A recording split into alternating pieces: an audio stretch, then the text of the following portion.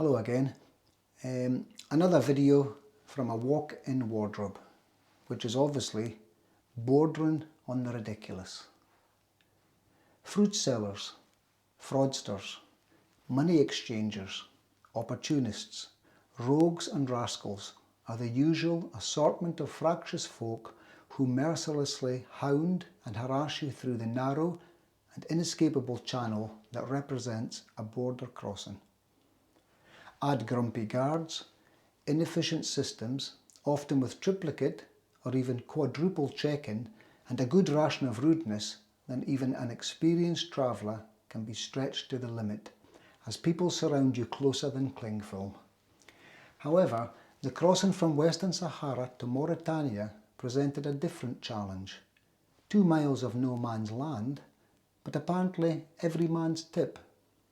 Trucks, tyres, televisions, trash cans of all types, including plastic bottles, soft drink cans and rotten food, lay strewn all over the sand.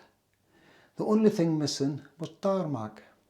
So pushing and pulling the bike, I huffed and puffed my way in the searing midday sun, watching as vehicles cautiously picked their route, with varying degrees of success over the rocks, rubble and rubbish. I felt a tinge of sadness leaving Western Sahara, as it had been a magnificent experience to cycle through such a vast and uncompromising but truly beautiful landscape. After my public declaration of love, I now realise it had only been toying with me in preparation for what lay ahead, the desert wanting to test the extent of my commitment. Mauritania presented much of the same in the respect that the sand stretched out for another 450 miles. However, instead of the sweeping golden dunes of the Sahara, the terrain became more rugged, the sand seeming to lose a little of its sheen, which is hardly surprising as the temperature reached a frying 55 degrees Celsius. My previous highest had been 10 days of 48 degrees while cycling to Kolkata. I had started to use my 4-litre black water bladle, which supplemented my standard 7 litres. But I was now guzzling about 12 litres of water a day, which was spewing out of every possible pore, covering my cycling top in a crusty layer of salt.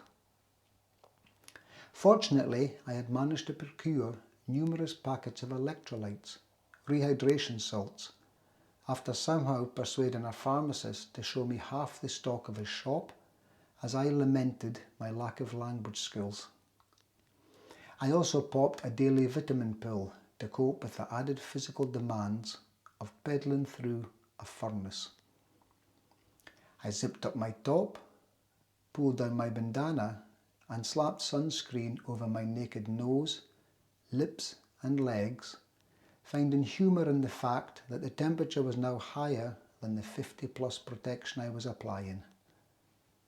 When I was lucky enough to find shade, I had to climb into my silk sleeping bag liner to prevent the blowtorch wind from scorching my legs. Despite all of this, I was in my element and relishing the challenge that such conditions provide. I wish I could say the same of my equipment. I burned my lips sipping water from the now boiling black bladder, and I could not touch the naked part of my handlebars for fear of losing my fingertips. For some time I had been thinking of discarding the bike computer. I'm often guilty of mile munching and wanted to be free of the self-imposed straitjacket of covering a certain distance each day. Nature helped me out by melting it. It has not been replaced.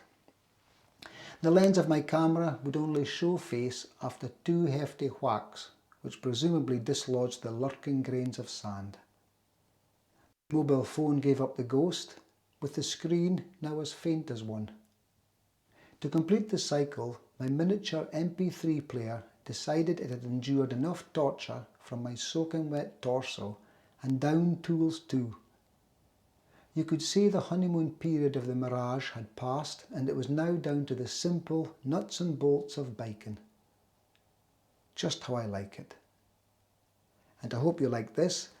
As ever, a big hug Much love, and look after yourselves. Bye now.